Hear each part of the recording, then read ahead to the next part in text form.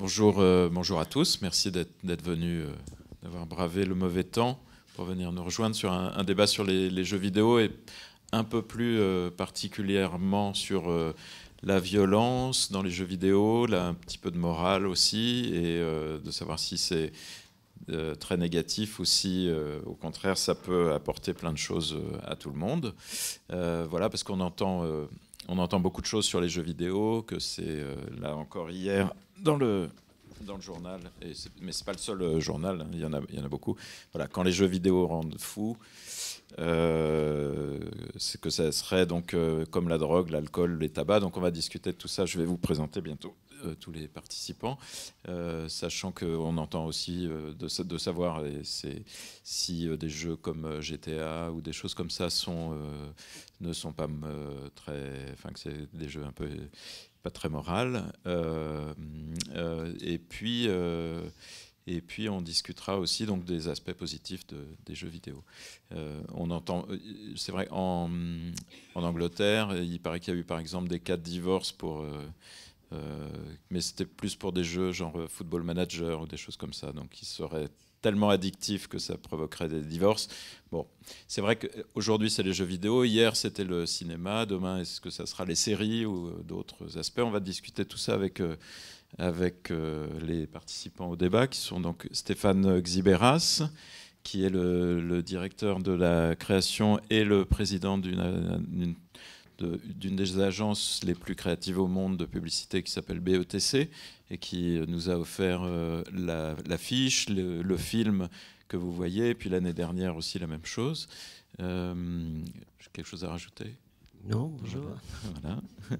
Anna Xiberas, qui est lycéenne, collégienne, Bonjour. et qui est la fille de Stéphane et qui joue aussi. Voilà. Vincent Morvan, qui est joueur, qui se définit comme ex-joueur. Ex-gamer, oui. Ex-gamer, j'ai décidé d'arrêter il y a 2-3 ans. Voilà. Bon, pas complètement. On s'arrête jamais tout à fait. Et qui est aussi militaire. Oui, depuis 26 ans. Ouais. Voilà. Et Bernard Lecoeur, qui est psychanalyste à Reims, voilà, et qui va nous essayer de rentrer dans nos têtes pour savoir ce qu'il en est des jeux vidéo. On me l'a fait à chaque fois. Voilà. Forcément. Donc voilà, je voudrais juste qu'on regarde une petite publicité pour la PlayStation avant de démarrer. C'est assez court et puis après on pourra discuter. For years I've lived a double life. In the day I do my job, I ride the bus, roll up my sleeves with the hoi polloi. But at night, I live a life of exhilaration. Of missed heartbeats and adrenaline. And, if the truth be known, a life of dubious virtue. I won't deny I've been engaged in violence, even indulged in it. I've assailed adversaries, and not merely in self-defense. I've exhibited disregard for life, limb, and property, and savoured every moment. You may not think it to look at me, but I have commanded armies and conquered worlds. And though in achieving these things, I have set morality aside, I have no regrets. For though I've led a double life, at least I can say I've lived.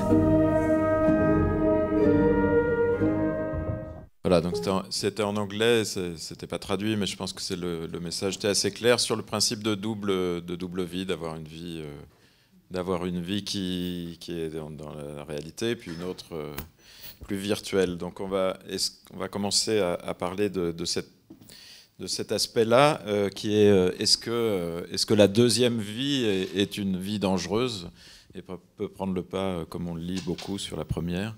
Je vais peut-être demander à Bernard.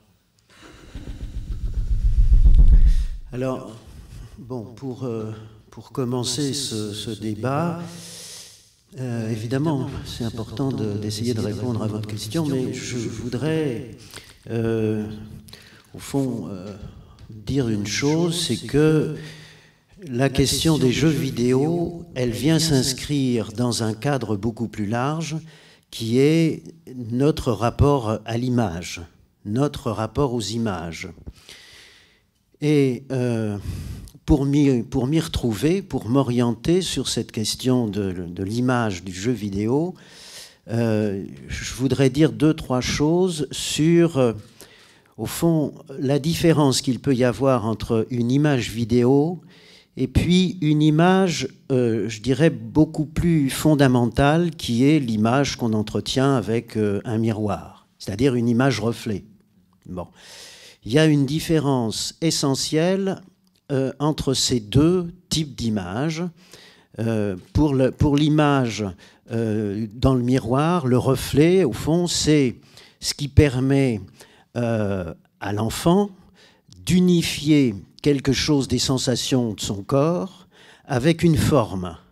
Autrement dit, une image, ça sert d'abord à déterminer un cadre, à tout un tas de sensations qu'on peut éprouver et qui font que votre corps, il n'est pas du tout, il fait pas unité.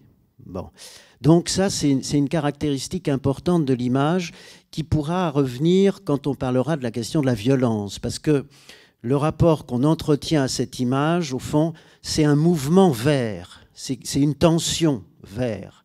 C'est-à-dire qu'il y a quelque chose qui est déjà une sorte d'agressivité première dans ce rapport à l'image qu'on a de nous-mêmes, quelque chose qui vise à vouloir posséder ce qu'on voit dans l'image. Bon. L'image vidéo, c'est pas du tout construit de la même façon. Une image vidéo, c'est une image qui n'est pas fondée comme reflet. C'est une image qui procède de calcul, d'une écriture, d'algorithmes. C'est une image numérique, c'est-à-dire quelque chose qui ne renvoie pas à des sensations corporelles et à la question de l'unification de ces sensations.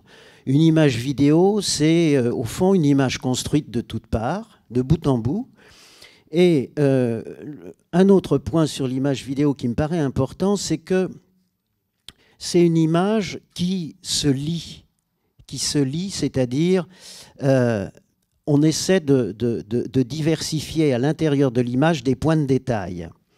Je crois que le meilleur exemple, c'est encore cette image où on met les doigts sur l'image pour aller chercher tel ou tel élément. C'est-à-dire que la façon dont on regarde une image vidéo, on la scanne. On ne la regarde pas dans son entièreté, dans sa totalité. On rentre dans l'image, on y met les doigts éventuellement, et c'est quelque chose, au fond, qui donne à l'image une profondeur, une sorte de troisième dimension. Alors que l'image dans le miroir, c'est une image bidimensionnelle, lisse, qui a surtout comme vertu donc de faire du 1 à partir de parties qui sont éparpillées. Donc voilà la question, pour moi, c'est comme ça que je l'aborde. Hein. Je l'aborde à partir d'une pratique que j'ai avec des enfants, des adolescents, mais aussi avec des adultes. D'ailleurs, il ne faut pas confondre non plus ce qui se passe pour les enfants et ce qui se passe pour les adultes dans ce rapport à l'image vidéo. Alors, sur les deux vies, je trouve que ça répond un peu, la question que je pose à partir des images, ça répond un peu à cette histoire des deux vies, c'est-à-dire qu'on a une vie par rapport à l'image du miroir, une vie imaginaire qui n'est pas la même vie que l'on a quand on joue aux jeux vidéo. Il ne faut pas du tout superposer les deux, à mon avis. Et il ne faut pas non plus forcer trop sur le fait que dans une image vidéo, on serait en immersion. L'immersion, elle reste relative. Pour qu'il y ait une immersion dans le jeu, il faut vraiment qu'il y ait une participation de celui qui joue. Ce n'est pas une aliénation du type ça vous tombe dessus, vous n'y êtes pour rien et vous ne pourriez pas en sortir. Je crois que s'il y en a qui ne peuvent pas en sortir, c'est pour d'autres raisons. Donc en fait, il n'y a pas, pour l'instant, enfin, on pourrait dire qu'il n'y a pas beaucoup de danger puisqu'on arrive à distinguer les deux vies. Voilà. Stéphane, peut-être que tu as un avis sur la question. Non, Sur quoi? Sur sur le fait, parce que tu es joueur aussi, tu es gamer, ouais. Voilà, tu as 2 vies. Enfin, tu n'en as qu'une, mais dans ta vie, il y a aussi du jeu. Donc, ouais. est-ce que tu arrives facilement à distinguer les deux, quoi? Ouais, donc pour vous sachiez, moi je suis gamer depuis longtemps. Ma fille est là parce qu'on joue ensemble. J'ai un fils aussi qui a 18 ans qui est aussi... c'est un de nos loisirs, on va dire, comme la lecture ou comme... moi j'ai 45 ans, moi je suis né dans une génération qui a connu l'avènement du jeu vidéo. Il y a des gens qui ont connu l'avènement du cinéma, moi j'ai pas connu, il y a l'avènement de la télé. Moi je suis né avec ça, ma fille vous en parlera plus tard j'imagine, mais j'ai l'impression que le rapport des plus jeunes aux jeux vidéo est moins complexe que les plus vieux, c'est-à-dire que c'est un acquis, on se pose pas la question de savoir si ça fait mal à la tête d'aller au cinéma ou de lire des bouquins. C'est un peu pareil, je pense, pour les jeunes générations. Enfin, j'en fais pas partie, donc je m'avance. Et après, par rapport aux jeux vidéo, j'ai un autre rapport parce que je travaille, moi je suis publicitaire, je travaille à vendre des jeux vidéo, donc je suis bien obligé de comprendre ce qui intéresse les jeunes, enfin les consommateurs dans le jeu vidéo. Donc tu vois, j'ai un rapport qui est personnel par rapport aux jeux vidéo, et aussi je mène des études pour savoir ce qui leur plaît et comment leur vendre des jeux vidéo. C'est assez intéressant aussi. Donc concernant le Double Life, j'ai l'impression, ça c'est un vieux film, c'est le lancement de la PlayStation UK, au début de la PlayStation, je sais pas, c'était quoi, il y a 10 ans, un truc comme ça, 10-12 ans. Aujourd'hui, je pense que ce film-là, pour des jeunes gens, c'est un acquis, quoi. C'est un dérivatif qui peut être compensatoire ou pas, mais aujourd'hui, c'est devenu plus... Le truc de la double vie, j'ai l'impression qu'il se débrouille assez bien de passer... Il y en a qui se débrouillent pas bien, hein, j'imagine, et qui viennent vous voir, mais j'ai l'impression qu'ils arrivent assez bien à faire la part de partage de temps. Parce que n'oubliez pas que les jeux vidéo, juste pour mettre le truc à plat 2 secondes, il faut savoir de quoi on parle. Il n'y a pas que les shooters que vous avez évoqués, les Call of Duty, etc. Il y a toute une partie de jeux casual auxquels vous jouez peut-être chez vous, sur vos tablettes, Angry Birds, Tetris pour les plus vieux, c'est du jeu vidéo aussi, hein, et ça... Oui, le jeu vidéo le monde du jeu est très vaste. Très vaste. L'âge moyen, je crois, aujourd'hui, est 41 ans du joueur. Il y a 52% de femmes, donc on n'est quand même pas dans le cliché forcément que de l'adolescent qui est enfermé. Et dans le marché, par exemple, ce qui est très rigolo, c'est que, je ne sais pas si vous vous rappelez de la Nintendo DS, c'est le petit portable façon Game Boy, qui a un succès phénoménal. Et en fait, ça a touché des nouvelles cibles, je parle dans mon jargon, hein, mais... qui sont les personnes âgées. Il y a beaucoup de consoles dans les maisons de retraite. Et si c'était si mauvais que ça, je ne sais pas si on laisserait nos anciens jouer avec. Ils s'amusent plutôt bien avec aussi. Mais comme un jeu de société, voilà, c'est pareil. Après, comme le jeu vidéo a de multiples facettes, parfois il y a un truc très immersif et parfois un peu malsain, où vous allez jouer le rôle de salauds, de gens pas très recommandables, parfois même de tueurs, hein. Moi je m'occupe d'une licence qui s'appelle Assassin's Creed. C'est quand même le credo des assassins, donc vous mettez dans la peau d'assassin à travers l'histoire, mais voilà, c'est peut-être moral, pas moral, c'est le truc d'après. Mais il y a des tas d'autres jeux beaucoup plus rigolos. Voilà. Et donc le gameplay, enfin, ce que nous on appelle le gameplay, c'est-à-dire jouer à Mario Kart tous ensemble, c'est un peu comme jouer à la belote, hein, finalement. Donc voilà, c'est juste pour remettre sur le jeu vidéo, il y a plein de choses différentes. Oui, on finira par ça, mais c'est vrai que ça peut être convivial, ça peut apporter plein de connaissances. Enfin, voilà. Bon, c'est pas que... C'est même... assez peu négatif, parce que bon, on en parlera aussi dans le chapitre d'après. Vincent, toi tu as peut-être un regard un peu différent, comme tu es ex-gamer. Pourquoi est-ce que tu as arrêté? Alors d'abord, suite à ce qu'on vient d'entendre, je tiens à préciser qu'il y a une notion qui, je pense, a disparu. C'est la notion de no life dont on entendait parler il y a 10-15 ans. Contrairement à ce que... C'était quoi? Est-ce que tu peux... Donc No Life, c'est quelqu'un qui n'avait pas de vie. C'est ce qu'on appelle maintenant un gamer, qui est complètement absorbé par ses jeux. Donc son temps libre, c'est la définition péjorative d'un gamer, le No Life. C'est celui qui n'a pas de vie sociale, qui n'a pas de vie familiale, et qui est complètement absorbé par ses jeux. On peut être gamer et avoir une vie. Voilà, c'est pour ça que gamer a remplacé No Life, parce qu'au départ, c'était, comme je dis, péjoratif. C'est les gens qui appellent des gamers des No Life, c'est des gens qui ne savent pas de quoi on parle. En fait, on a toujours peur de ce qu'on ne connaît pas. Donc les gens qui ne connaissent pas ce monde-là, tout de suite, ils ont des termes péjoratifs pour les définir. Maintenant, personnellement, il y a quelques années, j'étais tombé dans un jeu MMO, donc, ce qui est un jeu massivement multijoueur. Ça veut dire qu'on joue en temps réel. L'action est en temps réel. On est en équipe, en clan, peu importe la formule, pendant laquelle on communique en temps réel, on organise des stratégies. Ça développe pas mal de notions, la notion d'entraide, la notion de camaraderie, de cohésion. C'est une notion que je connais très bien de par mon métier. Donc c'est un des points positifs, j'estime, moi, pour la jeunesse, c'est qu'ils apprennent à assimiler ces notions de cohésion, d'entraide, on s'entraide, on ne laisse pas le copain dans la merde, si je puis dire. Voilà.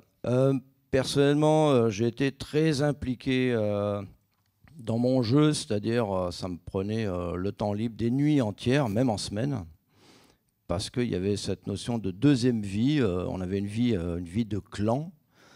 Ma femme ne me voyait plus, elle était devant sa série de télé, elle allait se coucher, moi je restais devant mon écran, quoi. Donc là, il y a la vie de couple qui en a pâti un peu, je dirais.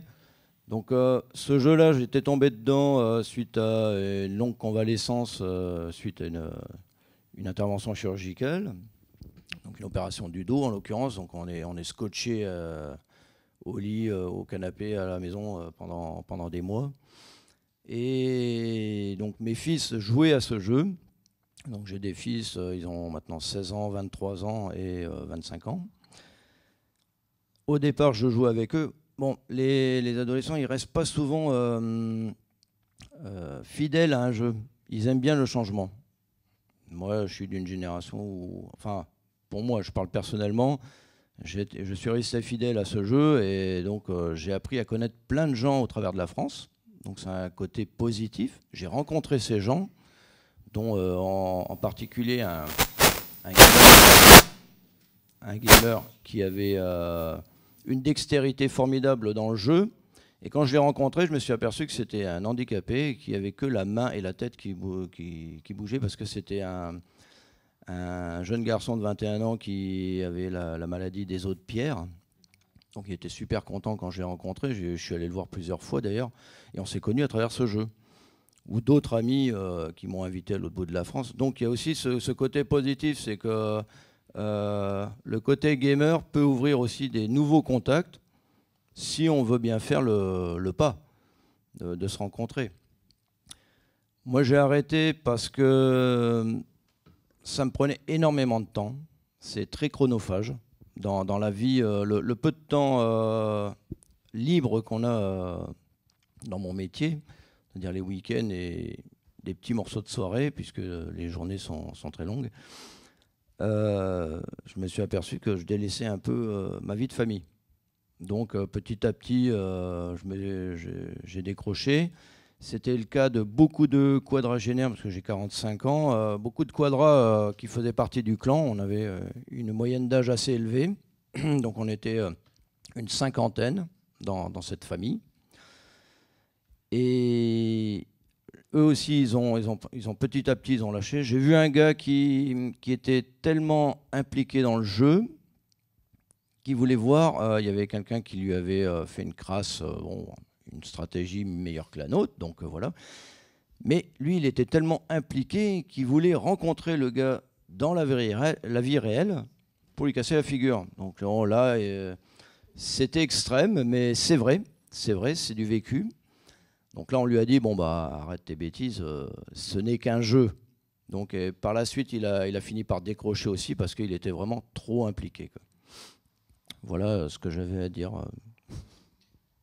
Mais enfin, cette envie de violence, enfin, Alors, elle n'avait pas besoin du jeu pour exister, peut-être, chez cette personne. Oui, c'est quelqu'un qui n'était pas bien dans sa tête, 2 fois divorcé. Je vous passe les détails. Par ça, contre, on essaiera de détailler ça aussi, savoir si justement le jeu vidéo pousse à la violence ou au contraire. Alors tu reviens toujours sur la violence. Il y a aussi les points positifs sur lesquels on n'appuie pas assez. Ouais, non, mais on va y venir parce que moi je suis plutôt pour dire qu'en effet les jeux vidéo ont beaucoup d'aspects positifs, parce que en plus tu parlais de rencontrer des gens. C'est vrai qu'aujourd'hui il y a aussi beaucoup d'espaces où les gamers se rencontrent pour jouer ensemble dans le même lieu, même s'ils jouent les uns contre les autres. Il y a beaucoup de lieux comme ça. Je ne sais pas si Anna, toi tu as déjà participé à ce genre de... Comment est-ce que tu joues? Non, moi avant je jouais aussi pareil, même genre de jeu que vous, des MMORPG donc. J'y ai passé beaucoup de temps, mais non, j'ai pas eu l'occasion de rencontrer des gens en vrai, on va dire. Mais c'est vrai on peut toujours rencontrer des gens, être agréablement surpris. Et, ouais. Tu joues longtemps, enfin, quotidiennement? Avant je jouais beaucoup, même trop je pense. Justement toujours les MMORPG, je pense que c'est le type de jeu auquel on va passer en fait, généralement les gens qui jouent ils passeront le plus de temps parce que c'est interactif, que justement c'est en temps réel et qu'il y a toujours quelque chose qui va nous dire mais tu sais, quand tu rentres chez toi c'est toujours ouvert, tu peux allumer ton ordinateur, tu peux aller voir. Et oui, on peut se retrouver facilement et jouer 6 heures par jour, 7 heures, 8 heures, sans se rendre compte que le temps passe, en fait. Parce qu'on est tellement pris, parce que c'est fait pour, en fait, au final. Et oui, ça peut avoir des côtés néfastes, évidemment, si on n'en sort pas, si on ne gère pas bien. Mais après, bien sûr, c'est comme tout, ça dépend des personnes. Et donc, à un moment, tu t'es dit, peut-être c'est un peu trop, donc tu as géré, tu as un peu réduit, quoi. Oui, comme toi, tu t'es dit que c'était trop, puis tu as réduit aussi, quoi. Finalement, c'est quelque chose qu'on arrive à gérer, peut-être aussi comme n'importe quoi. Finalement, si on se dit on va trop au cinéma ou on lit trop, je connais des gens qui peuvent pas poser leur bouquin et qui lisent toute la nuit. Je sais pas ce que vous en pensez. J'évoquais tout à l'heure le fait que dans les personnes que je rencontre, je distingue au fond 2 cas de figure. Il y a notamment des enfants ou des adolescents qui ne demandent pas à venir me voir pour se plaindre d'un certain usage qu'ils font du jeu. Ils sont conduits plutôt par des parents ou ils sont envoyés par... je ne sais pas moi, des instits, des profs, des choses comme ça. C'est-à-dire que le jeu, c'est un univers clos duquel ils ont un mal fou à sortir. Et donc ça commence à effrayer l'entourage et on leur demande plus ou moins gentiment d'aller parler de ça ailleurs, enfin d'aller parler. Et puis, il y a, et là c'est davantage avec les adultes, des gens qui demandent à sortir. Et ce n'est pas la même chose. Dans le premier cas, ils sont plutôt enfermés. Et cette fermeture-là, il me semble qu'elle repose sur la peur de rater quelque chose si jamais ils se déconnectent. Hein ? Il y a quelque chose d'une continuité dans le jeu qui oblige à ne pas interrompre, à ne pas suspendre. Parce que suspendre, c'est perdre, c'est un objet assez immatériel et difficile à définir, mais on pourrait perdre quelque chose à s'interrompre. Hein. On perd le fait qu'on participe au jeu en moins. Il y a du moins qui s'inscrit là.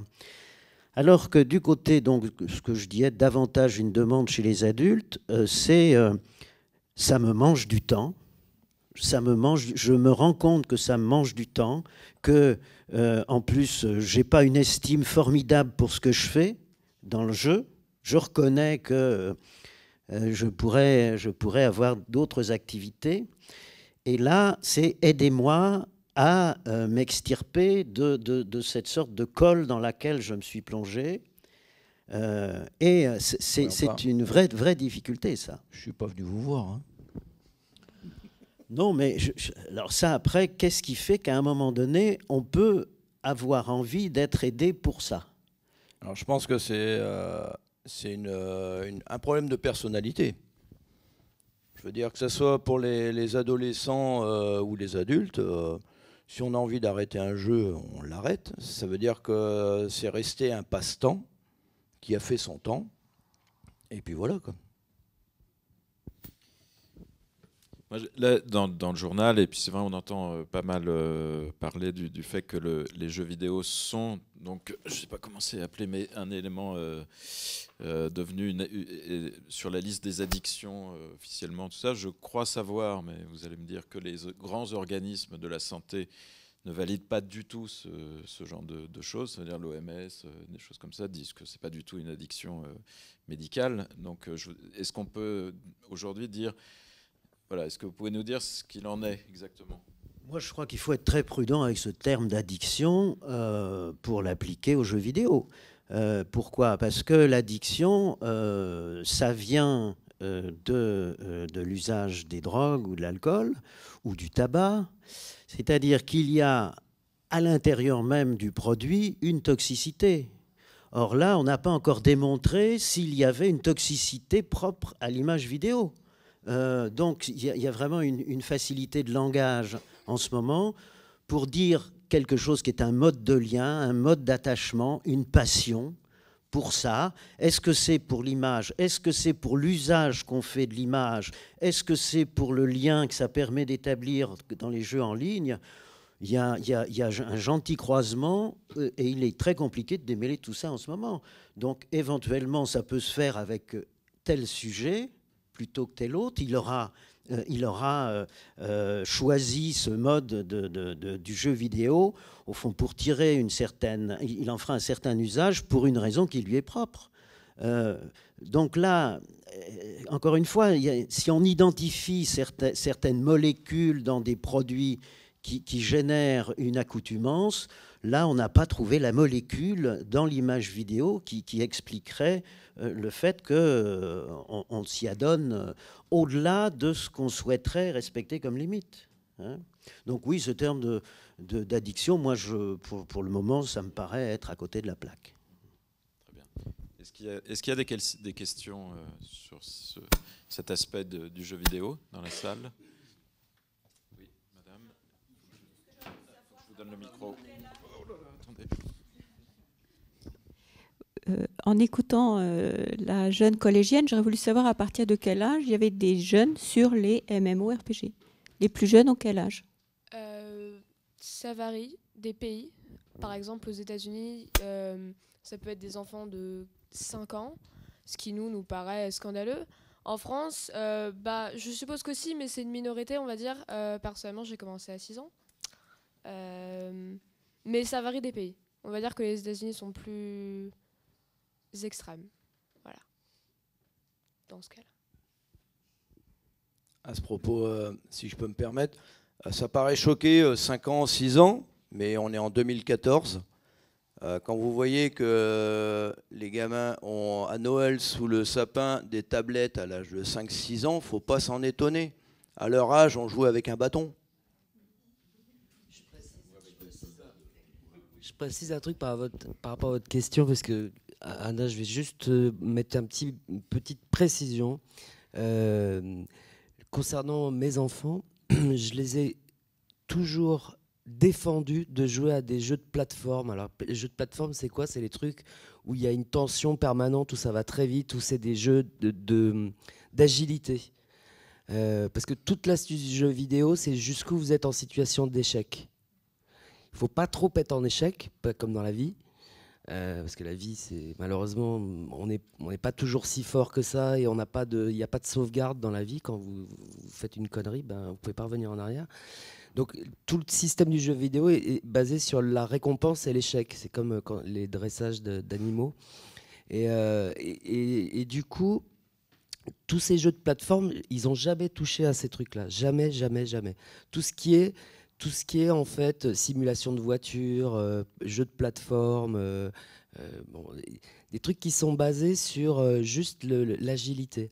En revanche, je les ai vite habitués à des jeux de stratégie, des jeux où c'est des jeux de l'intellect finalement. Et quand on parle des MMO, ça ressemble plus à des réseaux sociaux animés avec des personnages. Il y avait un vieux jeu qui s'appelait Double Life qui était basé là-dessus. Parce que même sur des MMO, que ce soit des jeux de fantasy comme World of Warcraft, à la fin c'est un truc d'entraide. C'est-à-dire qu'au départ, le jeu vidéo, on était tout seul contre un robot, enfin contre la machine. Et c'est du coup assez frustrant. Ce qui devient moins frustrant, c'est d'être au même niveau finalement les uns par rapport aux autres. Voilà, c'est juste le bémol sur t'as pas commencé à 6 ans à faire des courses de bagnole, quoi. C'est pas d'arcade. Voilà, c'est comme ça qu'on a commencé. Je précise. Oui, la question c'est que aujourd'hui en France, les enfants de 5, 6, 7, 8 ans, ils jouent pas sur Internet la plupart du temps. Ils ont leur console, c'est dans la poche. Alors, c'est vrai, il faut retenir ce point-là, que ce type de jeu, c'est ce qui vise à mettre entre parenthèses la pensée. C'est-à-dire que je vois et je dois agir plus vite que je ne pense. Il y a un côté, au fond, où, oui, c'est la création du réflexe, hein, on pourrait dire. Et donc, le plus souvent, les enfants très jeunes commencent à partir de ce dispositif-là. Ils n'ont pas accès à Internet tout de suite. Hein. Donc, leur entrée dans le jeu se fait par là. Hein, par une certaine disposition du corps par rapport à la machine. Parce qu'il faut aussi noter ça, que le jeu vidéo, ce n'est pas du tout passif.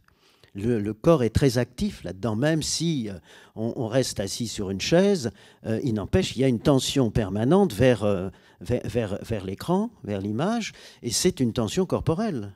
Hein. Et ça, je trouve que il faudrait effectivement réfléchir sur comment enclencher l'initiation à la vidéo, à l'image vidéo, par où commencer. Je trouve que c'est un point de recherche qu'il faut maintenir, ça. Oui, pour les autres arts, on ne commence pas par n'importe quoi. On ne donne pas des livres policiers à des enfants. Donc c'est la même. Ouais. Enfin, certains, mais pas forcément. C'est super important ce que vous dites. C'est vrai qu'il faudrait avoir, mais tous les parents, malheureusement, moi parce que j'ai la chance ou la malchance de bien connaître cet univers. Et tu as raison, j'ai pioché les trucs qui leur allaient. Mais c'est vrai qu'il faudrait presque écrire un petit guide à l'usage des parents pour leur dire par quoi on commence. Et tu as raison, on ne commence pas par Stephen King, tu vois, ou par Kierkegaard. Non, complètement, c'est vrai, hein, c'est très juste. Est-ce qu'il y a d'autres questions? Oui.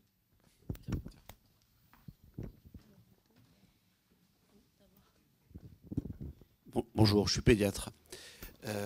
Voilà, alors, nous, on a un gros souci, quand même, sur la santé de l'enfance, c'est l'obésité. Et l'obésité, c'est la sédentarité. Et quand on se rend compte que les enfants sont de plus en plus sédentaires et que le jeu vidéo, tel que je le découvre, parce que je suis d'une génération qui n'a pas vécu le jeu vidéo, maintenant les enfants naissent avec une tablette ou avec un iPhone, un smartphone dans le ventre de leur mère, je crois que c'est un gros souci d'inquiétude parce que cette obésité, elle est source d'une augmentation très importante, doublement, triplement du nombre de diabètes, de tout un tas d'autres affections dont les États-Unis sont en train de se rendre compte, parce que la sédentarité, c'est aussi souvent le comportement alimentaire compulsif de consommation de choses qui ne sont pas bonnes pour la santé non plus et qui ne vont faire que renforcer l'obésité.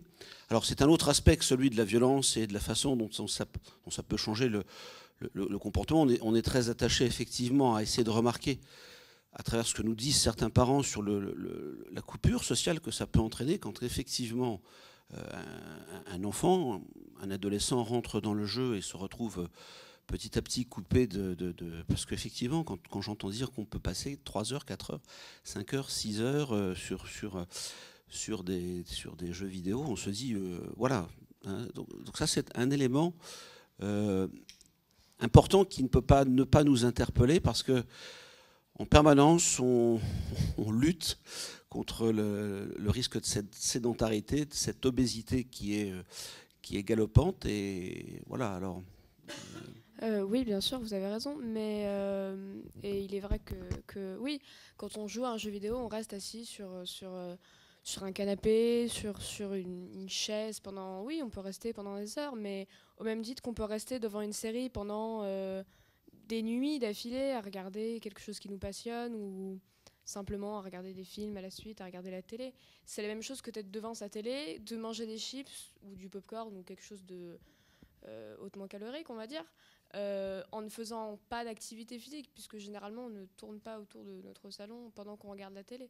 Et après, ça dépend évidemment des individus aussi, puisque c'est pas parce qu'on joue, ou ce n'est pas parce qu'on regarde une série ou qu'on aime beaucoup regarder des films, qu'on regarde 5 films par semaine, qu'on ne fait rien à côté. Ça dépend des individus. Si quelqu'un choisit oui, en effet, de ne faire que ça, là c'est un problème, mais ce n'est généralement pas, on ne fait pas que ça. Il y a des activités en dehors, la vie continue, je veux dire, c'est pas une situation d'enfermement. C'est pas grave. Je travaille pour Guillemot, pour Ubisoft. Et ils sont très concernés par tout ce problème d'image du jeu vidéo, l'obésité, évidemment, on y pense. Ubisoft, c'est un éditeur français, ça doit être le 7e ou le 8e éditeur au monde. Ils sont bretons, ils sont basés à Montreuil, à Montpellier et surtout à Montréal. Et ils font des jeux, des grosses licences. Je parlais d'Assassin's Creed tout à l'heure.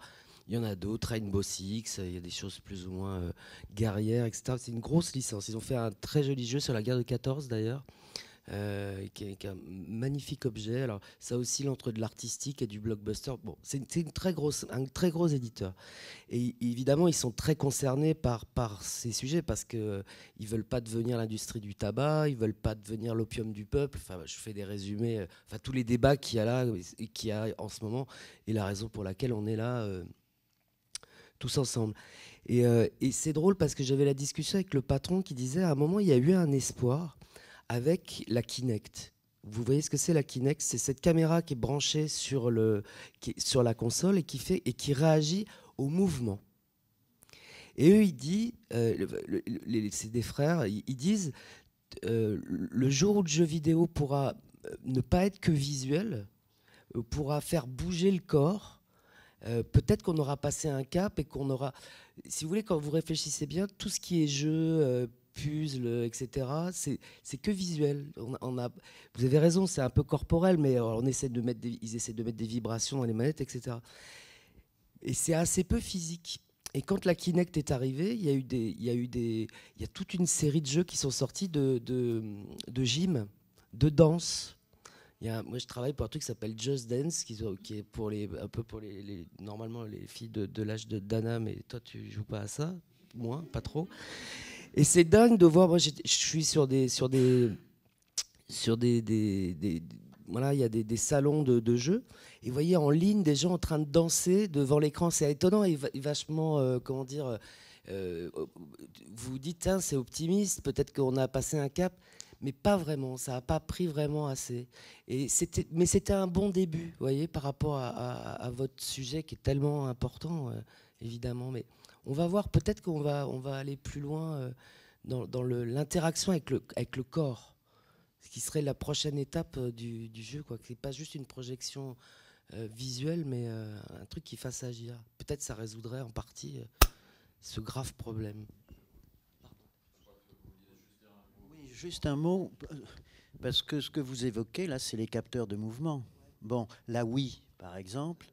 Alors, il y a juste une anecdote là-dessus pour reprendre mon idée des deux images différentes. C'est qu'on a constaté que pour certaines personnes, la Wii, quand ils s'y mettaient, ça produisait un trouble, une désorientation. Ils étaient perdus.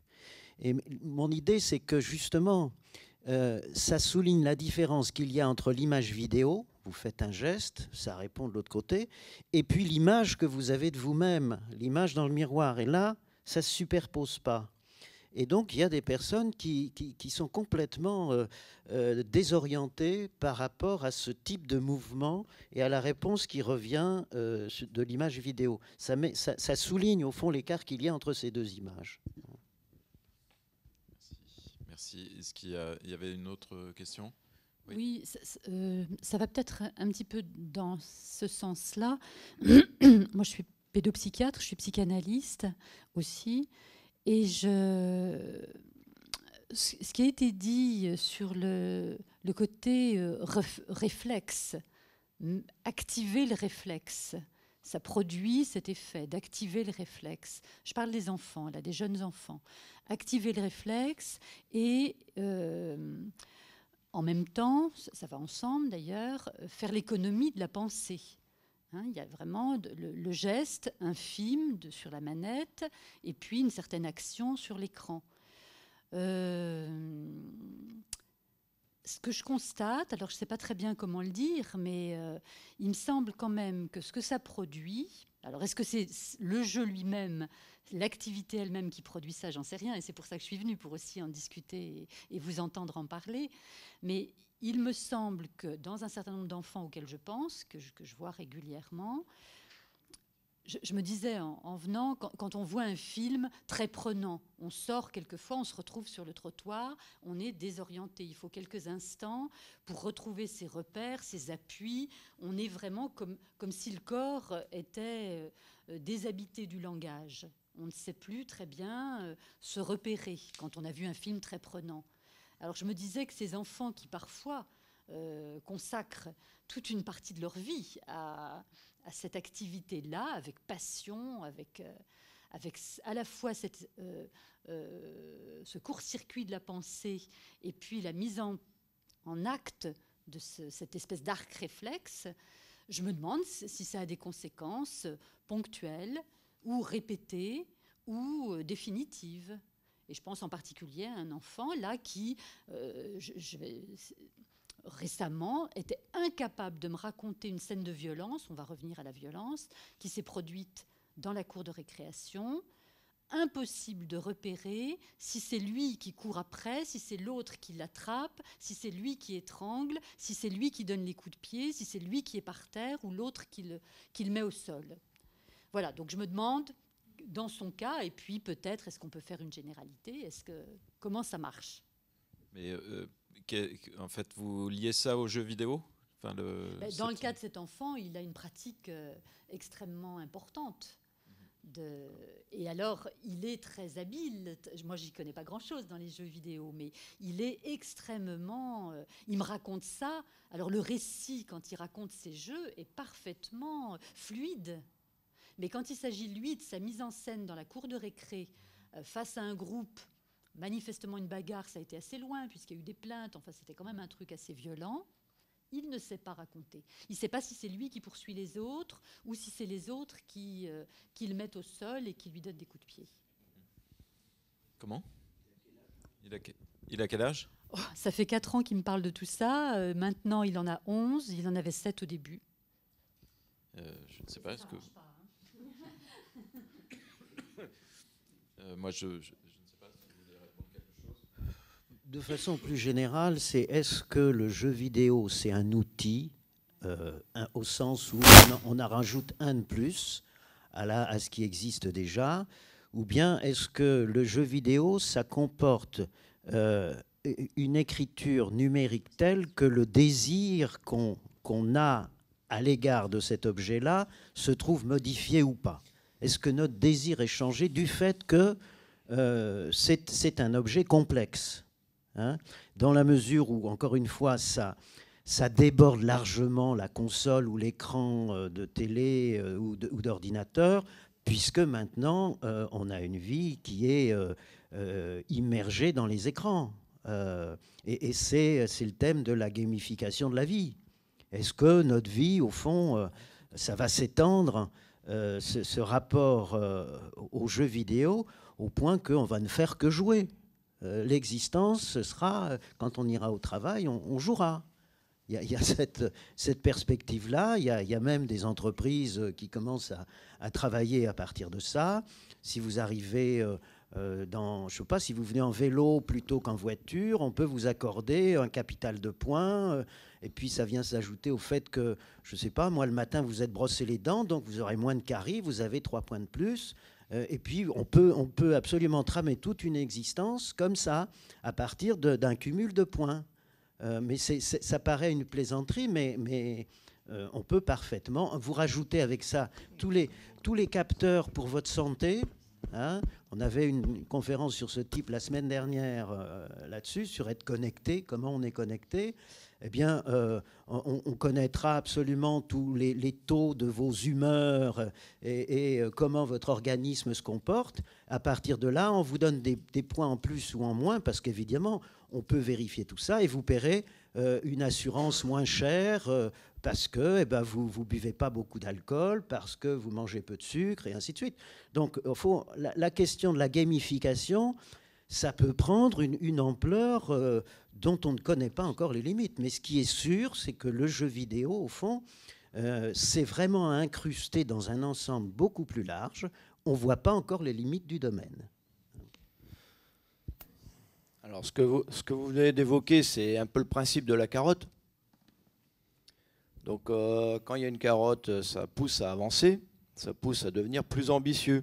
Et c'est un peu le principe de tous les jeux en ligne ou quels qu'ils soient, c'est la récompense qu'il y a au bout. Ça pousse, quel que soit l'âge, ça pousse les gamers à être plus ambitieux, à augmenter ses ressources, ses bâtiments, ses munitions, tout. Ça pousse à être plus ambitieux. Et je pense que ça a un impact positif dans la vie réelle pour ce qui est des plus jeunes. Enfin, je pense aux plus jeunes parce qu'ils sont plus malléables. C'est cet apprentissage de vouloir être plus ambitieux, de vouloir avancer, aller de l'avant. Je pense que ça fait partie des points positifs des jeux. Je vais vous raconter une histoire. En fait, c'est en lien avec ce que je disais sur moi, les miens, jamais ils auraient joué à des jeux de réflexe. Jamais, jamais. Il y a un gars dans un garage qui a créé un jeu, il y a 2 ans, qui s'appelle Minecraft. Minecraft, vous savez ce que c'est le pitch du truc? C'est, il y a un monde, vous avez une petite pioche, et vous taillez des blocs. Bon. Sauf que, et le but du jeu, c'est, il n'y en a pas. C'est juste, voilà, c'est créatif dans le sens où on file des outils et vous... Donc c'est pas grand-chose, ça a peu de chances de lutter contre des jeux vidéo. C'est plus tellement des jeux vidéo, mais c'est plus des vidéos interactives, comme où c'est juste il y a des passages obligés. Si vous faites bien, vous passez le truc d'après. Donc c'est un truc complètement ouvert, multijoueur. Il n'y a pas de but, c'est moche, c'est assez laid. Toi, tu as joué je sais pas combien de centaines d'heures là-dessus, parce que pour créer une cathédrale, ça devient comme vous savez, les gens qui font les trucs en croûte de Babybel ou en allumettes, et puis on va visiter le monde des autres, et puis on élève des cochons, et puis on crée des trucs, et puis les gens ont créé leurs propres règles. Résultat des cours, je vous parlais de chiffres à un moment. C'est quoi? Au départ, le jeu était gratuit, puis c'était gratuit en plus. C'est dingue. Après, ils l'ont vendu un petit peu et tout. Je crois que c'est la plus grosse vente de jeux vidéo des 5 dernières années. Mais c'est énorme. Hein. jusqu'au point que Microsoft a racheté la boîte 2 milliards de dollars. Est-ce que c'est bien, est-ce que c'est pas bien? Moi, j'en sais rien. Pour lui, ça doit être pas mal quand même. Mais c'est étonnant parce que c'est vrai que c'est toujours pareil. Parce qu'il y a presque une question. Pardon Stéphane, on passe un peu du coq à l'âne parce que je sais que tu as tout préparé bien, mais moi je suis. Voilà. Ce qui peut poser la question de. Un petit peu comme dans les autres formes d'art, est-ce que c'est de l'art, le jeu vidéo? Il y a des gens qui se posent la question. Oui, on est loin de la discussion. Est-ce que c'est nocif? Il y a même des gens qui se disent est-ce que c'est de l'art? Est-ce que c'est une forme d'art? Peut-être. Et c'est-à-dire que c'est difficile de faire des généralités dans le sens où la littérature, moi je connais bien, c'est mon rayon. Il y a des romans de gare, franchement, ça vaut pas tripette. Et il y a des chefs-d'œuvre. Et je pense que dans le jeu vidéo, c'est à peu près pareil. Il y a 400 jeux et applications qui sortent par jour. Vous vous rendez compte? On a toujours tendance à dire, on dit toujours l'industrie du jeu vidéo est devenue plus grosse que celle du cinéma. C'est vrai. Mais il ne faut pas oublier que l'industrie du cinéma, il y a un nombre de trucs pourris qui sortent, de nombre de films dégueulasses, irregardables qui sortent. C'est incroyable. C'est comme la littérature. Vous allez chez votre libraire. Il n'y a pas que des trucs vraiment bien. On en a eu la confirmation il y a peu de temps qui vendent beaucoup. Hein. Voilà, c'est un peu pareil. C'est-à-dire il y a des trucs qui sont des chefs-d'œuvre, des Bioshock, des trucs. Et il y a des trucs qui sont un peu pour les crétins. Faut tout dire. Ça s'adresse aussi à des publics différents. Il en faut pour tout le monde. C'est une grosse industrie. Donc il y a le cinéma pour les imbéciles, il y a le cinéma pour les gens qui pensent un peu différemment, il y a le grand public, il y a en famille. C'est exactement la même industrie, c'est pareil. C'est une segmentation aussi par rapport à qui je vais le vendre. Enfin, je dis ça parce qu'il n'y a pas derrière... Oubliez pas que c'est beaucoup d'art. Pardon, hein, moi je fais toujours mon truc de commerçant, mais il y a beaucoup d'enjeux commerciaux derrière, d'argent. Un jeu vidéo, ça coûte 60 €. Vous vous rendez compte?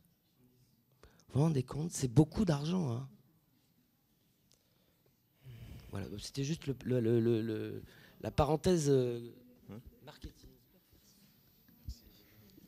Juste donc déjà, c'était pour revenir sur un point, puisqu'on parlait de gamification et de chiffres. J'ai pas l'impression que... Enfin, la question du chiffre est finalement un rapport au travail. Je veux dire, le système Tayloriste parlait déjà de chiffres, d'une productivité. C'est pas forcément lié aux jeux vidéo, et je pense pas que ce soit du fait des jeux vidéo qu'on parle vraiment en chiffres. C'est une théorie du travail, et j'ai envie de revenir sur l'histoire de court-circuit la pensée. Je dirais pas ça des jeux vidéo. Et je vais prendre un exemple, et en fait qui va m'amener à ma question sur le rôle des médias. Il y a un mois, et peut-être un peu moins. Sur Canal+, pour la chaîne pour laquelle vous travaillez, il parlait de l'application, enfin du site internet Twitch, qui permet à des gamers de voir d'autres gamers jouer. Et bien sûr, ça a été pris avec une certaine condescendance à propos de ce site, puisqu'il disait non mais déjà qu'il y avait les no-life, alors les gens qui regardent d'autres gens jouer, alors là on est parti dans un délire totalement absurde. Sauf qu'en fait, c'est une technique pour apprendre, c'est des tutoriaux qui sont pour apprendre de vraies stratégies, etc. Donc au contraire, je dirais que les jeux vidéo permettent aussi, et je rejoins, on en parlait hier d'ailleurs, sur le fait que c'est une forme d'art et aussi, voilà, c'est des techniques, du dépassement de soi, il y a des vraies valeurs aussi qui sont à travers le jeu vidéo. Et pour en revenir, donc ça c'était la parenthèse sur le court-circuit de la pensée. L'autre, c'est sur le rôle des médias, puisque Canal+ a quand même un rôle assez schizophrène dans la mesure où il y a une certaine condescendance à propos, et c'est quelque chose qu'on voit assez régulièrement dans les médias, où ça vend. Hier, on a vu le Torchon de l'Union qui parlait justement de cette addiction aux jeux vidéo.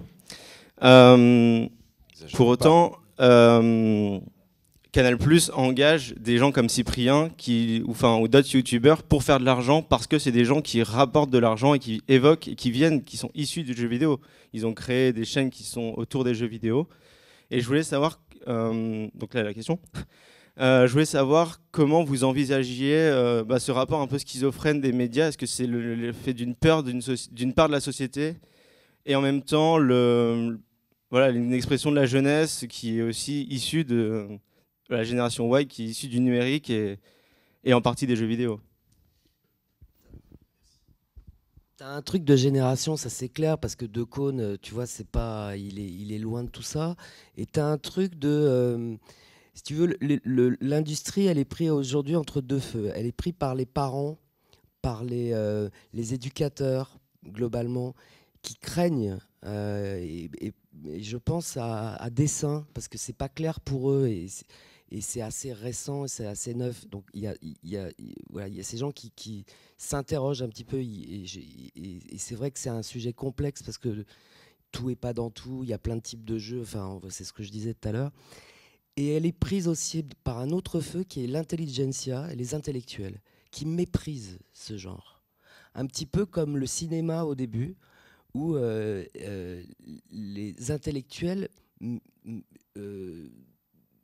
pouvaient pas supporter l'idée. C'était un truc de masse, un truc de grand public, cette façon un peu de genre pour les masses. C'est pareil pour le jeu vidéo. Il y a aujourd'hui beaucoup. Donc ce à quoi tu as assisté.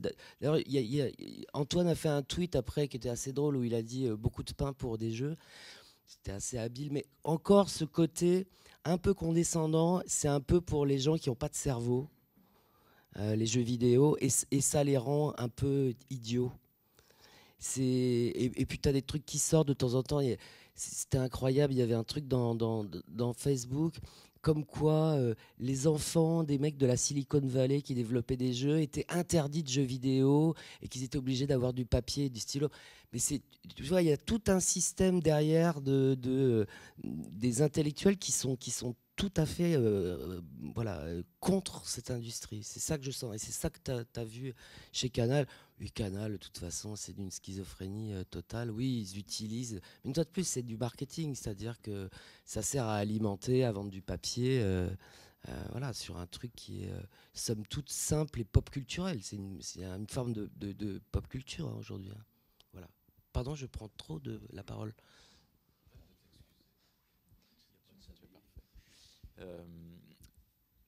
Il y a une autre question. Alors, bonjour. Tout d'abord, juste pour dire, voilà, moi je joue depuis j'ai dû avoir 7-8 ans dès que j'ai commencé à jouer aux jeux vidéo. J'ai encore tué personne, que ce soit dans la réalité. Ça va venir. Voilà, ça va venir, hein, je pense. Donc voilà, donc tout va bien. Je fais des études et je suis encore. Et tout va bien. Mais en gros, moi, ma question se portera plutôt dans le développement des jeux vidéo, parce que maintenant, je pense que au vu de où on en est avec les jeux vidéo actuels, enfin des plateformes et de toutes les techniques mises en place actuelles, le débat il se porte même plus vis-à-vis de ma génération et des suivantes. Pour nous, la violence, c'est quelque chose qui est ailleurs. Ça vient d'un autre problème si ça porte dans le réel. Par contre, que pensez-vous genre des nouveaux développements de jeux vidéo, par exemple l'Oculus Rift, c'est-à-dire ça va être un nouveau système de gaming où on va avoir des sortes de lunettes. En fait, on va être vraiment en interaction, avoir une immersion totale. Et qu'en pensez-vous? Comment vous pensez que ça va se développer, notamment chez Ubisoft? Est-ce que vous allez l'utiliser, ou d'autres boîtes, si vous en avez entendu parler, ou même au niveau psychanalyse? Que pensez-vous des effets que ça pourrait avoir sur les personnes? Je commence sur le technique, et après je fais le garagiste. Après concernant tous les extensions Oculus Rift et tout ça, en fait c'est des trucs, c'est des masques, c'est un rêve. Il y avait ça dans le cinéma il y a 10-15 ans. C'était pas Tron, je sais plus ce que c'était, le truc où le gars se retrouvait dans un jeu vidéo. Non, c'est Tron? Non, mais c'est un autre truc où bon, bref, les gants virtuels, tous les trucs, c'est arrivé. Moi j'ai un Oculus Rift à l'agence. Alors déjà, je peux te dire un truc. Le premier truc qui m'est arrivé, c'est que j'ai failli vomir, parce que l'immersion est telle, et encore, ça n'a pas une très grosse qualité aujourd'hui. C'est du 640 par je sais pas quoi, mais bon. Donc tu as un vrai sujet c'est très immersif, c'est très déstabilisant au niveau du cerveau. Vraiment, vraiment. Et pourtant, je suis assez fan de ce genre de trucs, mais franchement, c'est déstabilisant. Pour avoir discuté avec les développeurs, j'étais à Montréal il y a 10 jours, chez Ubisoft, eux, ils pensent que c'est pas exploitable. Parce que ils disent, parce que moi je disais, je sais pas, simulateur de chasseur d'avion, de je sais pas quoi, ça doit être génial. Je tourne la tête, je vois l'avion, je fais inbound, et puis il y a le missile, voilà, le missile qui part. Et ils me disent que c'est pas exploitable parce que c'est trop désorientant par rapport à la main. C'est-à-dire qu'ils disent qu'on a toujours, qu'ils n'arriveront pas pour l'instant, tant que tu as une manette, tant que tu as un truc réel à la main, t'as ta tête qui est libre, mais tu es obligé de te raccrocher à ta main qui doit appuyer sur des boutons et ça marche pas. Donc eux, ils disent, pour l'instant, on n'y est pas. C'est encore ce qu'ils cherchent par rapport au mouvement, etc., l'immersion. Eux, ils sont pas très partants. C'est la raison pourquoi il y a très peu de pilotes de chasse et pilotes d'hélico, parce que les tests d'entrée sont très difficiles. Et justement, ils sont dans des cabines comme ça où il faut aligner des formes en même temps que de maintenir la cabine sur une certaine assiette qui va dans tous les sens. Et ensuite également retenir des couleurs ou des mots, et tout ça en même temps. Donc c'est pour ça qu'être pilote de chasse, par exemple, c'est très difficile. C'est exactement ce que vous venez de décrire.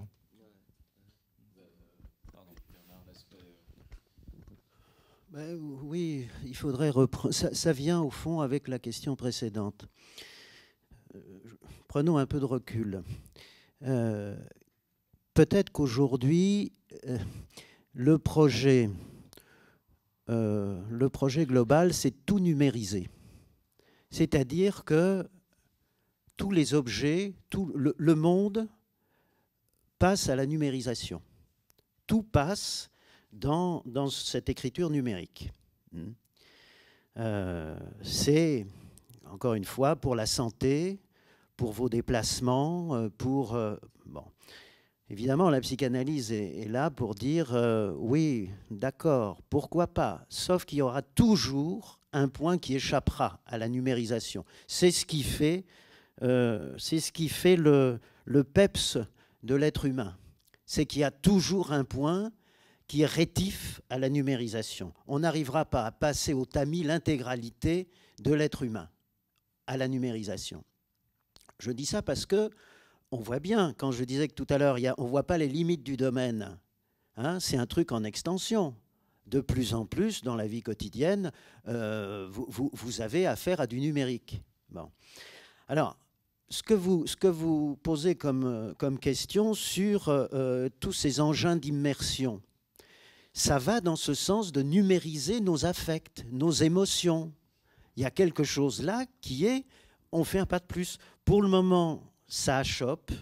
Moi, je pense que ça n'achoppera pas tout le temps. Hein. Et je reprends ma lubie de ces deux images. Ça achoppe justement parce qu'il y a quelque chose qui résiste à la numérisation, c'est notre rapport à notre propre image. Ça, c'est pas la même chose. Et à mon avis, ça tiendra encore longtemps. Parce que sinon, vous savez, il y a des thèses actuelles en ce moment qui prétendent que d'ici, enfin en 2030-2050, au fond, l'intelligence humaine sera devancée par celle des ordinateurs, d'un ordinateur, et même qu'on collera de la conscience dans un ordinateur. Les transhumanistes, ils sont dans ce projet-là. Et autrement dit, qu'est-ce qu'ils disent? Pourquoi résister à tout ça? Puisqu'on a tout intérêt à devenir la prothèse d'une machine. Parce que c'est ça le projet. C'est de faire en sorte que, puisqu'il y a des intelligences qui vont être absolument faramineuses par rapport à la nôtre, eh bien, on n'a qu'à se connecter sur la machine. On sera, en fait, un ajout, une clé USB sur la machine. Voilà le délire. Bon, peut-être d'ailleurs que, comme tout délire, il faut le prendre au sérieux. Hein? Mais c'est dans ce projet de numériser tout ce qu'il y a autour. Et nous-mêmes, à l'intérieur, on a cette idée-là. Toutes les neurosciences, par exemple, c'est quand même présenter un projet où on arriverait à détailler l'ensemble du câblage. Hein. Voilà, c'est dans cette perspective-là, au fond, qu'il faut réfléchir, à mon avis, sur l'usage qu'on fait du jeu vidéo, qui n'est pas du tout, encore une fois, à diaboliser. Hein, c'est une bêtise que de prendre les choses en disant c'est pas bien.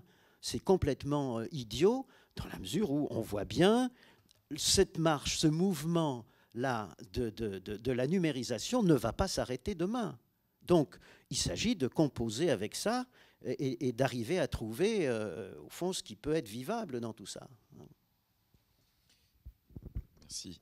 Je voudrais revenir sur ce que disait le jeune homme au fond, qui n'a pas tué quelqu'un.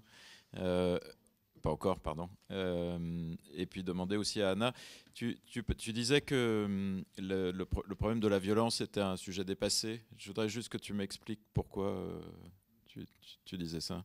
Je dis ça en fait parce que, voilà, moi, à titre personnel, voilà, ça fait une quinzaine d'années que je joue à des jeux vidéo comme ça. J'ai même commencé, je pense, avec des jeux, je dirais, avec de la violence. C'est pas pour autant que je me suis dit, ah là, je peux faire ce que je veux dans la rue. Enfin, clairement, on est dans le virtuel. On sait qu'on est dans le virtuel. On tient une souris, on tient un clavier. C'est pas une arme qu'on tient. On n'a pas la sensation d'avoir quelque chose. C'est sûr que si on avait tous les éléments qu'on pourrait tirer sur la gâchette, oui, il y aurait quelque chose. C'est juste que la forme actuelle, pour l'instant, là où on en est, je pense que le débat ne se posera pas du tout, pour notre génération. Là, avec ce qu'on a, avec un ordinateur, avec des consoles, avec les consoles qu'on a, la violence, non, on n'y pense pas, quoi. Il y a peu de collègues je connais personne qui est violent à cause du jeu vidéo. Et s'il est violent, c'est verbalement pour s'énerver sur son écran. Mais voilà, rien de mal à cela. Je pense vraiment que ça va être peut-être plus tard avec d'autres technologies un petit peu plus avancées. Mais voilà. Pour moi, la violence, pour l'instant, c'est pas notre je suis tout à fait d'accord avec toi. C'est bizarre parce que là, pour ne pas reciter le journal, il parle de violence des jeux vidéo, c'est toujours plus vendeur que s'il vendait le contraire. Ce qui est bizarre, c'est que personne n'évoque cette étude qui est passée il n'y a pas récemment à la télévision. Une étude aux États-Unis qui montrait deux courbes. C'était la courbe des sorties des nouveaux jeux violents, dits violents, sur le marché. Et on avait en même temps que la sortie et l'achat de ces jeux, la courbe qui montait. Il y avait la courbe de délinquance et de violence qui baissait au même moment de la sortie de ces jeux. Donc c'est étonnant que personne n'évoque ce sujet parce que c'était très flagrant. Vous voyez, on pouvait y voir la courbe sur l'année, je ne sais plus si c'est 2014 ou 2013. Et à chaque sortie de jeux vidéo, les services de police enregistraient une baisse de la violence et une baisse des délits.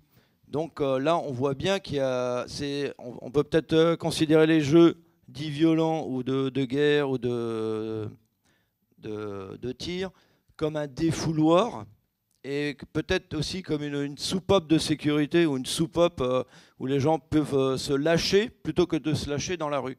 Donc je suis d'accord avec toi.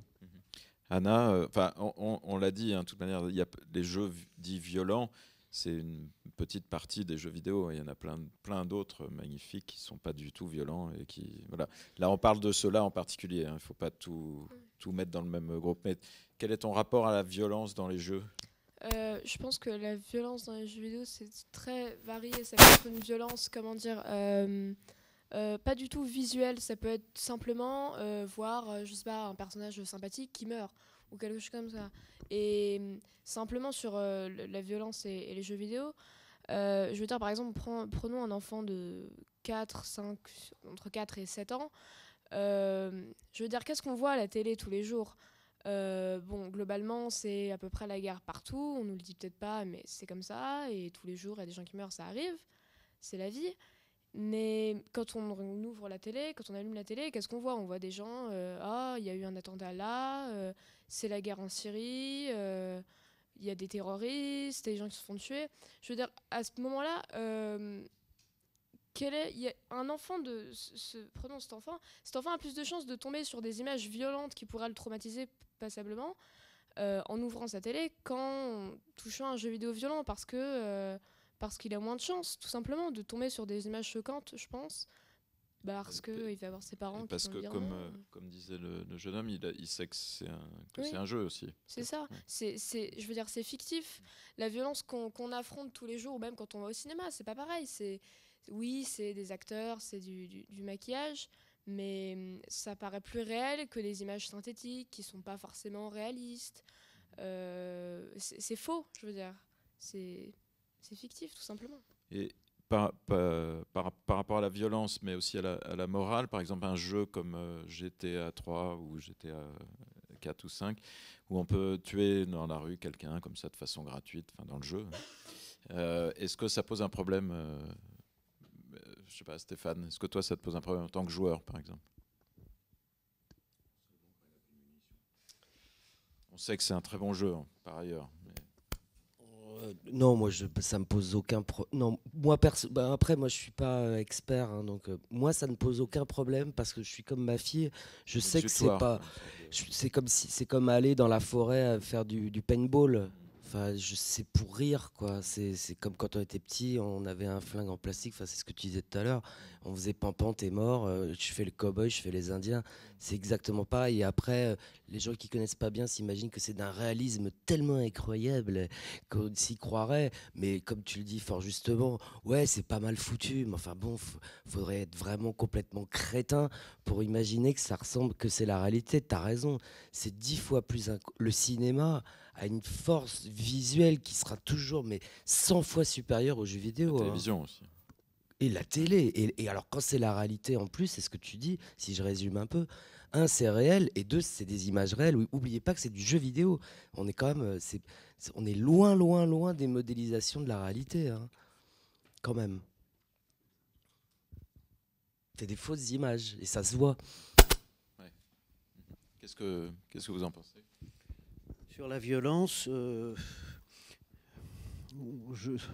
Est-ce que c'est une question, on a mesuré un peu, on a mesuré un peu déjà, enfin on a posé toutes les questions et le débat avec mesure, donc là, moi ma question là est un peu, à mon avis un peu basique et voire idiote, mais est-ce que c'est un exutoire ou est-ce que c'est quelque chose qui peut impressionner des joueurs et les faire agir différemment dans la vie, quoi? Je reprendrai un peu la formule que j'ai donnée pour une interview là, sur le thème d'aujourd'hui. La violence, le jeu vidéo n'est pas un générateur de violence, mais ça peut être un déclencheur de la violence. Ça veut dire que c'est pas la même chose de poser qu'il y aurait dans l'image vidéo une essence de la violence, comporterait, je dirais, dans la confection même de cette image, il y aurait de la graine de violence, plutôt que de penser qu'effectivement, dans certaines circonstances, pour certaines personnes, certains sujets, ça peut inciter à un acte violent. C'est ce que vous rapportiez de ce gars-là qui, à un moment donné, veut aller régler son compte à quelqu'un qui, dans le jeu, lui a fait une entourloupe. Bon, mais ça, je pense que c'est parce que ce monsieur-là, il avait déjà des dispositions à ça. Mais moi, je ne pense pas que génétiquement, l'image vidéo produise, engage de la violence. Ça, si on part sur cette base-là, effectivement, on va droit dans le mur, en ce sens que on sera de toute façon dépassé par le développement de l'image vidéo et on se cantonnera vraiment à une sorte de à implorer que tout ça s'arrête. Or, c'est pas possible, hein. Alors sur la question de la morale, je ne vois pas trop où se pose le problème, parce que tuer quelqu'un sur l'image, on l'a toujours fait. Tuer quelqu'un en effigie, c'est le ressort de la sorcellerie. On avait des poupées, on enfonçait des aiguilles. Je veux dire, le fait d'en vouloir à l'autre, c'est pas nouveau. Le fait qu'il vous casse les pieds, vous avez envie de lui régler son compte, d'abord vous faites des rêves, vous le tuez. Bon, ça c'est de la vidéo qui marche depuis un certain nombre d'années. Et puis vous avez dans la pratique sociale le fait de confectionner des substituts. Et puis vous réglez le compte au substitut. Eh bien, moi je pense que dans le jeu vidéo, la démarche est la même. Alors, je tamponne tout ça en disant encore une fois, est-ce que notre désir serait engagé différemment dans une image vidéo que par rapport au cinéma? Au cinéma, on est passif. On reçoit et on ressent. Dans la vidéo, il y a une part d'activité que vous soulignez tout à l'heure, qui est vraiment cette question d'intervenir, de se connecter sur telle ou telle chose. Et là, la disposition n'est pas la même. Je pense que le joueur est vraiment impliqué autrement qu'en tant que spectateur. Oui, simplement sans parler de, comment dire, de la passivité et de l'action qu'on a quand on joue. Après, je parle à titre personnel, mais moi, par exemple, je pense sincèrement que le jeu vidéo a une morale. C'est-à-dire que dans le jeu vidéo, mais après, c'est que mon opinion et peut-être que j'ai pas tout vu, c'est pas possible. Enfin, c'est pas peut-être, c'est certain. Je pense que quand le jeu vidéo fait quelque chose de violent, quand il use de la violence, c'est avec un but précis. Et justement, c'est en ça que ça se différencie vraiment de la réalité. Je dis pas que c'est plus juste que la réalité, mais en fait, si, ça peut l'être plus parce que c'est créé par des humains, après tout. Et nous, qu'est-ce qu'on veut? On n'a pas envie forcément de tous nous entretuer. Il y a certaines personnes qui ont des désirs de paix, des désirs utopiques, peut-être, mais soit des désirs de paix. Et ces gens-là, si ces gens-là se retrouvent à faire des jeux vidéo, comment dire, leur but ne va pas être de construire une sorte de chaos organisé. Le but, c'est de justifier que toute violence à laquelle on puisse être confronté, il faut qu'elle soit justifiée. C'est peut-être une manière d'essayer de rendre le monde plus juste, un monde fictif, soit, mais tout de même d'essayer d'imposer une justice. Et quand la violence est utilisée dans les jeux vidéo, elle est utilisée à bon escient, non, on n'utilise pas la violence à bon escient, mais c'est justifié. C'est la différence avec la réalité. Si on voit des gens qui se font exploser par une bombe par des terroristes, c'est pas justifié. C'est vrai qu'il y a un principe du jeu vidéo il est pas chaotique. C'est ce que tu veux dire. Alors que la vie l'est. La vie est totalement injuste et chaotique. C'est-à-dire qu'il y a des choses, il y a des événements qui peuvent arriver de façon totalement abrupte et qui vous saisissent de violence ou de... C'est ça la violence d'ailleurs, celle dont tu parlais. Pas obligatoirement de voir des gens par terre avec du sang, mais le chaos qui rentre dans un truc où on vous racontait des choses toute votre vie, puis tout d'un coup, il y a un événement chaotique pas prévu au scénario. Et comme le principe narratif, quand il y a des principes narratifs du jeu vidéo, est assez cliché finalement, il n'y a jamais ces surprises-là. Il n'y a pas de ce chaos. Et tu as complètement raison, c'est hyper juste ce que tu dis, ma fille, mais t'es super. Non, mais c'est vachement important parce que c'est vrai que c'est comme c'est programmé par des gens. Si demain c'était les bécanes qui programmaient des jeux vidéo, un robot serait capable de vous foutre des trucs aléatoires parce que lui, il n'a pas d'affect, il n'a pas de trucs. Alors que comme il y a un principe de résultat et de morale dans le sens où tu peux pas être en échec total dans le jeu. Il faut que tu réussisses et qu'il y ait un but.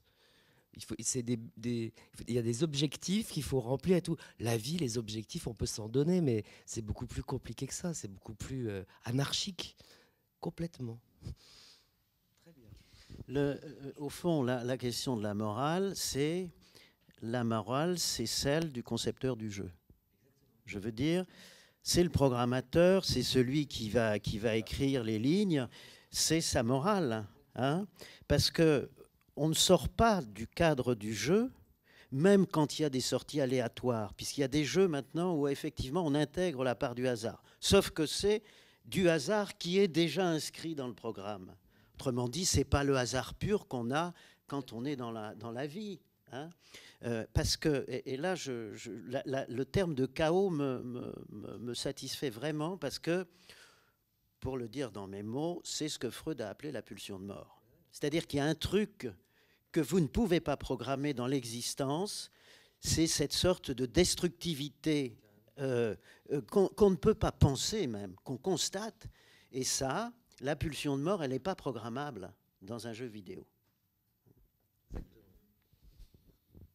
Est-ce que vous avez des questions par rapport à ce débat? Monsieur,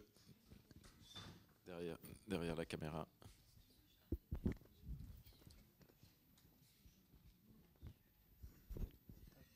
Bonjour, alors moi j'avais une remarque par rapport aux jeux, surtout justement les jeux en ligne, parce qu'on occulte aussi une violence qui elle existe réellement, et qu'on peut voir très souvent, c'est que les jeux en ligne, en réseau, comme les MMO ou d'autres, il y a la partie chat, où on discute vraiment avec les autres joueurs. Et là, il y a une grande forme de violence. Elle est réelle, elle existe, et elle peut blesser d'autres personnes qui sont victimes par rapport à c'est ça. Et je pense que c'est une partie qui a été assez occultée et qui existe. Non, mais c'est juste pour faire le lien avec ce qu'on vient de dire. C'est exactement ce qu'on vient de dire. C'est que les robots que tu as dans World of Warcraft, les bots, enfin, c'est des vrais gens, mais... ce que je veux dire, c'est la violence des chats dans WoW, même s'il y a des filtres, etc. Pourquoi il y a ce truc-là? Ça sera toujours plus violent qu'un jeu, parce que c'est les vrais gens. Parce que eux, ils peuvent avoir... c'est encore le chaos dont on parlait tout à l'heure. Mais c'est hors de la programmation. On a fait... ça a de beaux principes quand même, les jeux vidéo, tout ça, parce que je joue aussi. Mais il ne faut pas oublier quand même, il y a aussi des points très négatifs et qu'il faut surveiller aussi. Quand ça parle, c'est aussi d'une violence. Alors après, nous, on est français, donc quand on joue à des Call of ou des trucs, mais quand ça parle en anglais et que tu as des mômes de 7 ans qui te parlent, mais un peu comme le film qu'on a vu là tout à l'heure de Belfast, où tu as un môme de 7 ans qui te parle comme un charretier avec des fuck à tous les, qui dit du mal de ta mère toutes les 2 secondes. C'est particulier, hein. Tu fais bien de le relever. Hein. La violence verbale, c'est vrai que c'est un fait réel. Je l'ai remarqué avec mon plus jeune fils. Donc ça m'est arrivé de le priver du jeu pendant une semaine. Parce que là, on était à l'autre bout de la maison et puis on entendait justement ce langage de charretier pour pas dire autre chose. Et là, ça passait plus. Donc bon, il s'est calmé depuis. Hein. Mais c'est vrai qu'il y en a sous le couvert de l'anonymat. Parce qu'il y a ce côté-là aussi dans les jeux MMO, les gens se sentent pousser des ailes et se sentent tout permis, ce qui n'est pas le cas dans la vraie vie, quoi. Si, c'est le cas quand on est en voiture. C'est la même chose. Et est-ce qu'il y a d'autres questions? Ah, madame? Non, non, vous portez le... D'accord. Je voudrais qu'on passe aux aspects... on les a quand même beaucoup évoqués, hein, les aspects positifs des jeux vidéo. Hein, ça transpirait pendant tout le débat. Mais peut-être qu'on peut, juste pour conclure, que chacun nous donne un peu son avis sur vraiment ce qui est positif totalement quand ils sont... quand ils jouent. Alors, je sais pas, Stéphane, qu'est-ce que ça t'a apporté le plus, les jeux vidéo? Moi, j'aime les jeux vidéo quand c'est des jeux de société, dans le vrai sens du terme, c'est-à-dire qu'il y a des gens qui jouent ensemble. Et il y a très très longtemps, il y avait l'image du gars tout seul, justement, avec des chips et des trucs. Ça continue à exister, hein, je dis pas que ça n'existe pas. Et qui était tout seul, confronté à son acné juvénile et à des vaisseaux spatiaux. Moi, j'ai des souvenirs avec une personne qui n'est pas très loin d'ici, c'est toi, où on a passé des soirées entières à jouer à des jeux de foot, à des trucs, mais à des jeux d'aventure. Tiens, si tu ouvrais le coffre ici, essaye, tiens, rentre ce mot-là. Ah, ça marche pas. Des jeux de puzzles et tout ça. Et on s'est tellement marré, mais vraiment comme quand moi je suis très joueur de tout. Hein. Je joue à la belote avec mes enfants, à la contrée avec mes parents. Non, c'est l'inverse. Et ce qu'on aime bien dans le jeu vidéo et dans le jeu en général, c'est bien quand on y joue, puis aussi on en parle après. Ah, tu m'as bien eu l'autre jour, et si on essayait la prochaine fois, quand on ouvre le coffre, de faire ci et de faire ça. Puis on faisait des jeux de foot, et on était tous ensemble, et c'est vrai que la seule violence qui pouvait exister, c'est la manette qui pouvait aller heurter la télé. Une violence qui coûte cher en termes d'écran vidéo. J'ai le souvenir d'avoir joué avec mes enfants à World of Warcraft, mais on était ensemble, tous les 3, et il y en avait un qui était paladin, l'autre qui était... Moi, j'étais le mage. Toi, t'étais quoi? Paladin? Ludo? Ouais. Et on jouait tous les 3 ensemble et on se parlait, il n'y avait pas de micro et on disait va à droite, fais attention à gauche. Et on s'est bien amusé, c'est un temps qu'on regrette. Et c'est du jeu vidéo, mais on aurait pu jouer à la bonne paye ou au Monopoly, c'était pareil. Je vous parle de mon cas à moi, hein. Moi je ne suis pas sociologue, je ne suis pas expert du jeu vidéo. Voilà, c'est ça que j'aime bien. Le reste, je ne sais pas dire, mais ça j'aime bien. À toi, ma chérie. Moi, tout simplement, je trouve que ça ouvre vraiment beaucoup de choses de jeux vidéo. Parce que ce qu'il faut savoir, c'est qu'il y a beaucoup de métiers qui sont liés aux jeux vidéo, que ce soit les gens qui vont écrire le scénario, parce que ces gens-là vont employer plein de gens pour les aider à écrire des personnages. Bon, après, ça dépend des types de jeux, évidemment. Ensuite, il y a les acteurs aussi. Il faut savoir que ça crée des métiers pour, par exemple, des gens qui ont une voix, par exemple, je sais pas, particulière et qui vont devenir ce qu'on appelle des voice actors, mais je sais pas vraiment si... des gens qui font les voix, tout simplement, des personnages de jeux vidéo, et qui deviennent super connus après, je sais pas, comme Laura Bailey. Bon, je sais pas si ça vous dit vraiment quelque chose, non? D'accord, c'est pas grave, non mais je monologue. Et puis aussi pour le point de vue de l'art, je sais pas si vous connaissez, il y a un site qui s'appelle DeviantArt, c'est assez connu. Bon bref, c'est un site où en fait les gens partagent ce qu'ils font, donc en termes d'art, donc toute forme d'art, ça peut être de la littérature, ça peut être, généralement c'est de la peinture digitale, par exemple avec des tablettes, ils font des peintures, des œuvres, des trucs extraordinaires. C'est par exemple incroyable le nombre comment dire, d'œuvres, de magnifiques choses qui sont placées dans la catégorie fan art, dans la catégorie jeux vidéo par exemple. Et ça inspire beaucoup de gens. C'est une culture aussi, les jeux vidéo. C'est une culture, mais dans un sens positif. C'est pas juste viens dans ma cave, on va non mais je sais pas, c'est pas juste viens dans ma cave, j'ai des chips, tu vois, et on va jouer jusqu'à demain 3h de l'après-midi et ma mère est partie pour le week-end. C'est pas juste ça. Et après on se tape un 2 en maths. C'est pas juste ça. Non, c'est vraiment quelque chose, ça peut être une source d'inspiration aussi. Ça amène à plein de choses, ça ouvre des portes. Même pour oui, c'est par exemple, je prends l'exemple d'un concours que des créateurs de jeux vidéo avaient lancé il n'y a pas longtemps pour la sortie d'un de leurs prochains jeux. Ils avaient sorti un concours justement pour... ils cherchaient des voix pour leur personnage. Alors du coup, ils avaient fait passer une espèce de grand format PDF où il y avait toutes les règles de concours et malheureusement les Français n'avaient pas le droit de participer, mais c'est pour des raisons de charte européenne, enfin bref. Et par exemple, tu as plein de gens qui, si on est pris, c'est super parce qu'on va travailler avec ces gens qui sont brillants tout de même. On va voyager, on va aller à Montréal, ils vont prendre notre voix, on va être dans un jeu, on va être rémunéré. Enfin, je sais pas, je trouve que c'est sympa. Il y a plein d'aspects. Enfin, pour moi, c'est ça. Ça ouvre beaucoup de portes de manière positive. Voilà. C'était le monologue de 45 minutes. Moi, je pense que faut pas oublier qu'on est au XXIe siècle. Il est bien entamé déjà. Et je pense que c'est simplement la transposition des jeux de société d'antan sur des nouveaux supports.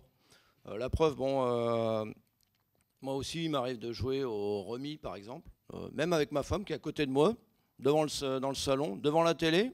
On paye la redevance et il n'y a rien à la télé, donc c'est allumé, ça fait un bruit de fond. Mais on s'est retrouvés sur la même table de jeu à jouer au Rummy, alors qu'on est l'un à côté de l'autre. On a dit tiens, t'es là? Bah ouais, moi je suis là.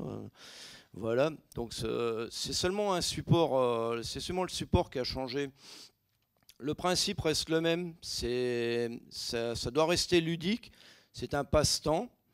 Au même titre que le Monopoly d'antan. Comme vous le disiez, maintenant, notre vie, elle est régie par le numérique qui nous envahit. Donc, à l'instar du numérique, mais les passe-temps joviales ont changé de support. Donc, il ne faut pas voir le mal partout. Il y a des points positifs, des points négatifs, mais à l'époque, au Monopoly, on pouvait très bien déceler aussi de la tension, des crises d'agressivité de gens qui n'avaient plus de thunes pour acheter leur hôtel. Voilà, ça a toujours existé, sauf que maintenant les supports ont changé. Donc moi je continue à jouer. Bon, peut-être pas au MMO qui était très très prenant, je me suis calmé un peu, mais je continuerai à jouer et puis sur différents jeux. Le côté convivial, familial, je l'ai retrouvé aussi avec des jeux comme Mario Kart où on était à 4 manettes, on était tous les 4 devant l'écran, ou avec les voisins. Alors à un point où les voisins étaient branchés sur Mario Kart, nous aussi, on avait les talkie-walkie, et puis tiens, t'as vu, je t'ai bien eu dans le virage, rendez-vous à la prochaine course. Bon, bah, c'est pas plus différent que les jeux en ligne, hein, voilà. Donc je pense que c'est juste un support différent. Alors, parmi ces avantages du jeu vidéo, je crois qu'on ne peut pas ne pas mentionner l'apprentissage. Le jeu vidéo, c'est une manière, au fond, de parvenir à maîtriser ce qui, au départ, se présente comme étant plutôt une énigme. Et on a même théorisé ça en disant que le fun, c'était ça. C'était une fois qu'on arrivait à un certain degré dans l'apprentissage d'un jeu, le fun disparaît un peu. Donc il faut relancer ça autrement. Mais on a appris quelque chose. On a appris, au fond, à se disposer d'une certaine manière par rapport à ce que l'autre a pu composer comme code. C'est une invention humaine, quand même, un jeu. Ça reste un jeu comme une invention humaine. L'autre point que je pourrais avancer, c'est que le jeu vidéo peut modifier notre rapport à la réalité, mais pas d'une manière destructrice. Je vais prendre un exemple qui m'avait amusé. Sega, au Japon, a inventé, pour mettre quelque chose dans les urinoirs des hommes. C'est une sorte de cible au cœur de l'urinoir. Et voilà. Et quand c'est bien visé, il y a au-dessus un petit écran et on marque des points. Ça soulève d'ailleurs, c'est imagé par la jupe d'une dame qui soulève plus ou moins haut selon la précision du tir. Alors, c'est une forme de gamisation, ça, de la vie. Bon. Mais l'incidence sur la réalité, c'est quoi? C'est qu'il y a beaucoup moins d'éclaboussures autour de la tinette. Donc, ça dit bien quand même que l'influence du jeu vidéo sur le comportement quotidien, ça me paraît être un des aspects positifs du jeu vidéo. Je pense qu'on peut s'arrêter là-dessus, je pense.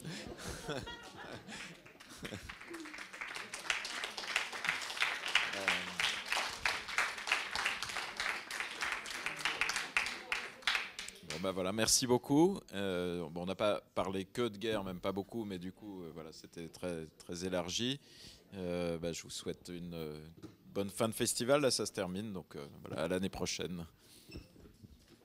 Merci à vous tous.